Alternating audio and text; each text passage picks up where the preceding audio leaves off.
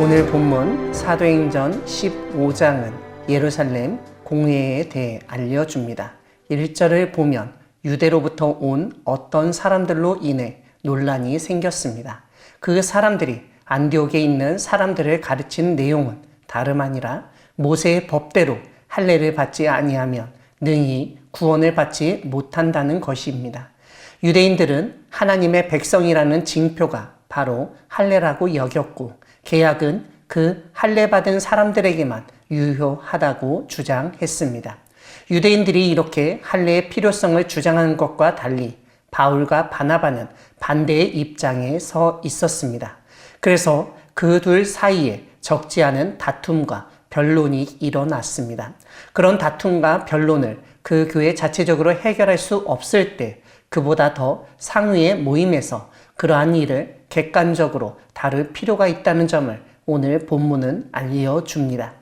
2절 뒷부분을 보면 형제들이 이 문제에 대하여 바울과 바나바와 객관적으로 그 일을 살펴볼 사람을 예루살렘에 있는 사도들과 장로들에게 보내기로 작정하였습니다.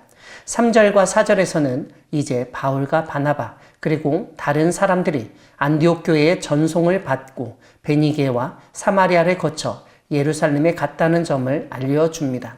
4절은 예루살렘에 도착한 사람들이 교회와 사도와 장로들에게 영접을 받았다고 알려줍니다. 바울과 바나바가 하나님이 하신 일을 말하자 바리새파 중 믿는 사람들이 일어나서 이방인에게 할례를 행하고 모세의 율법을 지키라 명하는 것이 마땅하다고 주장했습니다. 이렇게 두 집단의 주장이 대립되고 화해가 성립되지 않자 사도와 장로들이 의논하여 모였는데 그 모임 가운데 많은 변론이 있었다고 알려줍니다.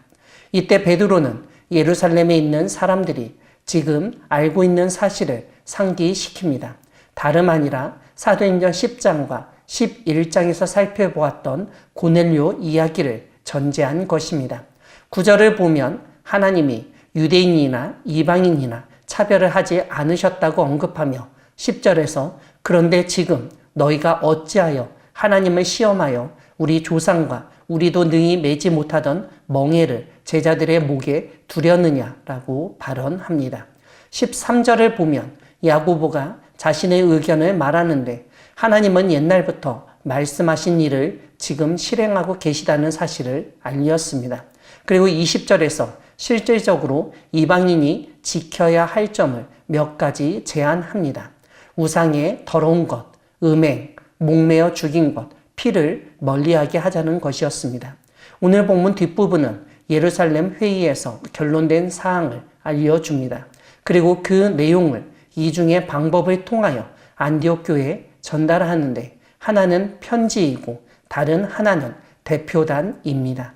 이렇게 공식적인 대표단을 파송하면서 예루살렘 교회의 결정 방식과 사항을 공식 문서인 편지와 함께 보냄으로써 이전에 예루살렘 교회의 권위를 도용하였던 사람들의 모든 것을 폐기시켰던 것입니다. 22절을 보면 파견될 두 사람을 알려주는데 유다와 실라입니다. 이 두 명의 대표단이 예루살렘의 결정사항, 우상의 제물과 피와 목매어 죽인 것과 음행을 멀리하라는 점을 공식적으로 제안합니다.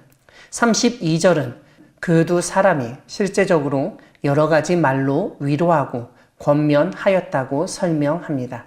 35절을 보면 이때 바울과 바나바는 많은 사람들과 함께 주님의 말씀을 가르치며 전파했다고 알려줍니다. 36절은 며칠 후에 바울이 먼저 바나바에게 지난번 주님의 말씀을 전한 성과 마을에 다시 가서 주님의 제자들이 어떻게 생활하고 있는지 살펴보자고 제안했다고 설명합니다. 그런데 37절을 보면 바나바는 마가라 하는 요한을 데리고 가고자 했습니다. 하지만 38절에서 보듯 바울은 마가라 하는 요한이 밤빌리아에서 자신들을 버려두고 예루살렘으로 돌아간 것을 상기시키며 그와 함께 선교 여행을 떠나는 것은 옳지 않다고 주장합니다. 그래서 두 사람이 심하게 다투었다는 것입니다. 그뿐만 아니라 피차 갈라섰다고 언급합니다. 단짝이었던 바울과 바나바가 서로 갈라져 따로 선교를 떠났던 것입니다. 결국 바나바는 마가를 데리고 구브로로 갔습니다. 바울은 신라와 함께 수리아와 길리기아로 다니며 교회들을 견고하게 하였습니다. 사랑하는 광야교회 성도 여러분, 하나님은 다툼 가운데서도 역사하시는 분이십니다. 바울과 바나바가 의견 차이로 갈라서게 되었을 때도 두 사람을 중심으로 새롭게 선교가 진행되었습니다. 여기서 하나님의 놀라운 섭리를 보게 됩니다. 이전에는 바울과 바나바가 함께 선교 사역을 감당했다면 이제는 바울 팀과 바나바 팀으로 나누어져 훨씬 많은 지역에 효과적으로 복음이 전해지게 된 것입니다. 이런 점에서 하나님이 때로는 하나님의 신실한 사역자들을 나누시고 자신들의 원칙에 따라서 따로 일하게 하신다는 점을 발견하게 됩니다. 두 사람이 갈라지고 쪼개어지면 힘이 없어지는 것 같아도 그 가운데서 하나님은 새로운 일들을 진행시켜 나가셨던 것입니다. 우리와 함께하고 성장하였던 분들이 하나님의 사역을 감당하기 위해 우리를 떠나야 할 때도 있습니다. 그럴 때 기쁜 마음으로 축복하며 각자 맡겨주신 일에 최선을 다하는 우리 모두가 되기를 소망합니다. 아멘.